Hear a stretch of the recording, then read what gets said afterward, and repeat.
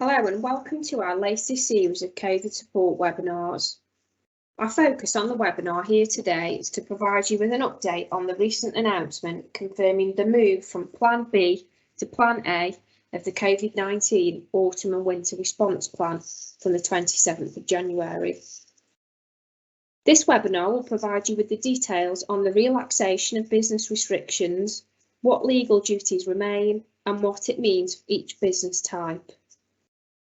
There are a series of other webinars to assist you, including self-isolation, outbreak management, and how to complete a risk assessment, all of which can be found via our Trade with Confidence page.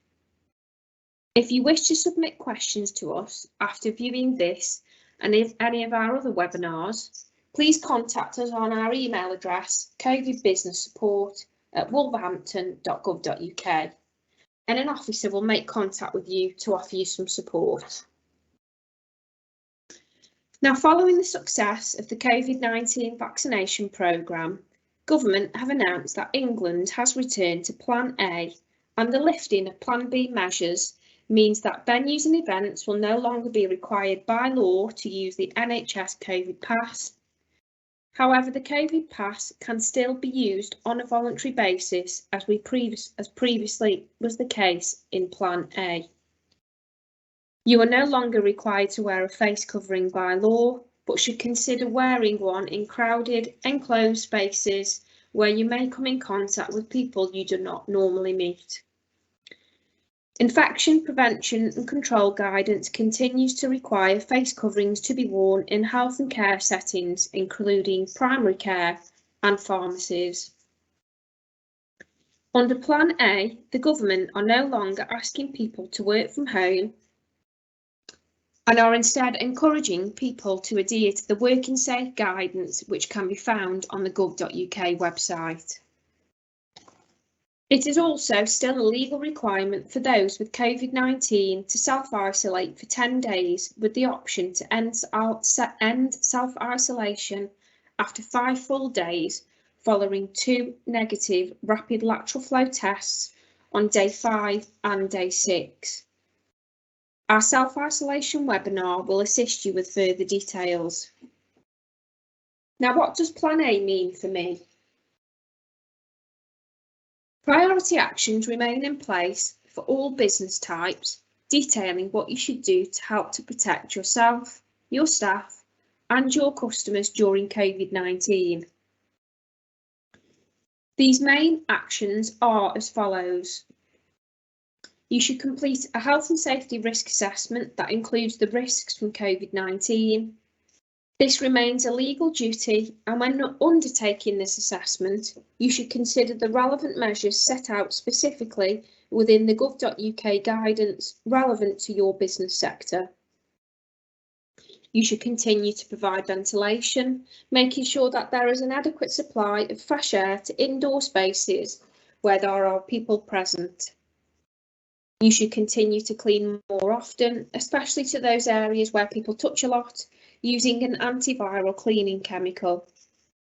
Continue to turn people away with symptoms of COVID-19, even if they are fully vaccinated. Encourage regular rapid testing within the workforce. And even though it is no longer a legal requirement to collect contact details when people attend the premises, it is still encouraged to allow people the option to check into your venue or to leave their contact details to assist the NHS Test and Trace service in contacting people who have been exposed to the virus. You should also remember to communicate and train, keeping all of your workers, contractors and visitors up to date on how you're using and updating safety measures. In addition to these priority actions, the specific requirements for businesses to consider as part of Plan A are as follows. For pubs and takeaways, you should encourage people to wear a face covering before they enter and as they move around the premises, for example, to use the toilet. It still remains recommended for staff and customers within crowded and closed spaces to wear a face covering. Please remember to consider those who are exempt. Continue to use screens to till and pay stations and also to DJ booths. Continue to place hand gel stations to the entrance and in and around the building. Consider how you are going to safely carry out entry checks to minimise exposed contact, including the use of appropriately trained staff and carrying out these checks outdoors.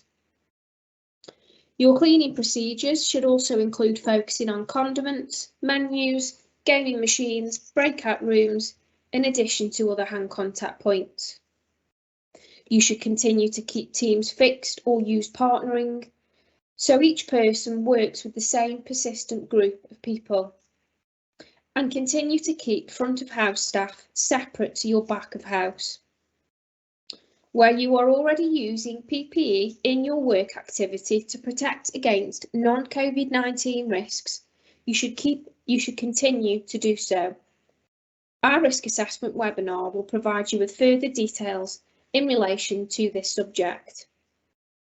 You should encourage customers to test before they attend the premises. Encourage contactless payment. For shisha bars, continue to use single-use pipes and mouthpieces and implement strict cleaning and sterilisation of reusable equipment between uses. For bowling alleys, have one bowling ball per customer, which should be cleaned and sterilised between use.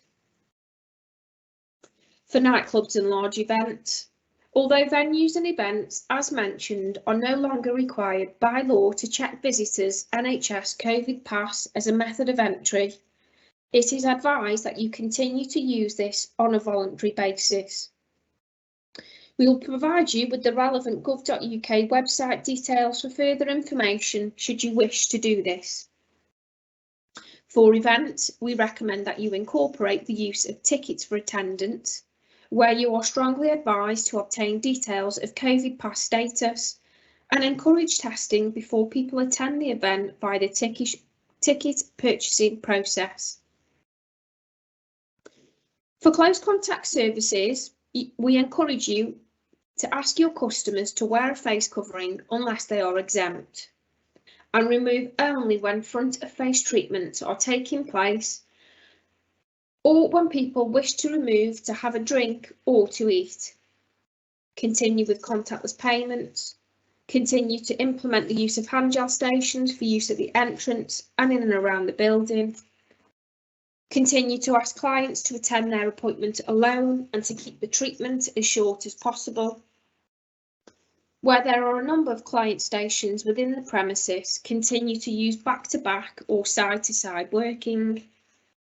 Do not share equipment with other technicians on site, and remember to clean between each client, including remembering to clean down any lotion bottles or shampoo bottles, etc. Continue to wear a face covering when providing treatment, and where treatments involve skin contact, the use of aprons and gloves should be worn. These should ideally be single use, or for example, reusable aprons can be cleaned and disinfected between uses. The use of a work uniform is also advised and should be washed on a 60-degree wash and replenished daily. We will cover the use of PPE within the risk assessment webinar for further details. Towels for clients, for example for hair washing, should be designated per client and also washed on a 60-degree wash between uses. Continue to use fixed teams or partnering to reduce exposure to others. Continue to use screens at till and payment stations. And for those of you who are visiting clients' homes to undertake treatments, remember to discuss your procedures beforehand, including reducing contact with others on site and checking for any household contact cases of COVID-19. For gym and leisure sites, also encourage your customers to wear a face covering before they enter the premises and when using enclosed spaces such as changing rooms, taking into consideration any exemptions. Continue to implement the use of hand gel stations to the front and in and around the building. Continue to run steam rooms and saunas at a reduced capacity. Continue to use the side-to-side or back-to-back reconfiguration of equipment. Continue to encourage the use of self-cleaning stations between equipment uses. Encourage contactless payments. And continue to implement the use of screens to reception desks. For hotels and other accommodation, encourage customers to also wear a face covering before they enter, and as they use busy reception areas and corridors, also taking into consideration any exemptions. Continue to implement hand gel stations to the entrance walkways and reception. Keep to fixed teams or partnering with designated staff carrying out designated roles, for example, separate housekeeping staff to reception staff. Continue to ask residents to vacate rooms when housekeeping and general maintenance is taking place. Adhere to your quarantine procedures should a guest present with symptoms of COVID-19. Where you need assistance with quarantine procedures, please do make contact with us via our details provided. Please also remember to safely carry out entry checks into events such as weddings via the use of appropriately trained staff, and ideally carry out these checks outdoors. For shops, continue to encourage customers to wear a face covering before they enter the premises unless they are exempt, and ask them to remain wearing their face covering during their whole time spent on site. Implement the use of hand gel stations to the entrance and till points. Remember to focus efforts on touch points such as trolleys, baskets, fridge and freezer door handles. And during busy periods, you may wish to control entry via use of door staff to allow people to continue to shop safely during peak hours. For office spaces, also continue to encourage the use of face coverings as people enter and move around the building away from their desk, unless they are exempt. Where customer appointments are made on site, remember to keep the appointments as short as possible and use a designated area with ample room for spacing. Continue to implement the use of hand gel stations at the entrance and other key areas. Have work equipment designated to one person, for example, prevent mixing of keyboards, and consider preventing the use of hot desking by continuing with designated desks for designated teams. Continue to implement the use of self-cleaning stations, and if feasible, continue to allow people to work from home. We have included some useful contacts and guidance documents for you, and please do make contact with us as mentioned should you have any questions or concerns, where we will be happy to help you. Our Trade with Confidence page holds a wealth of information as a go-to point for you.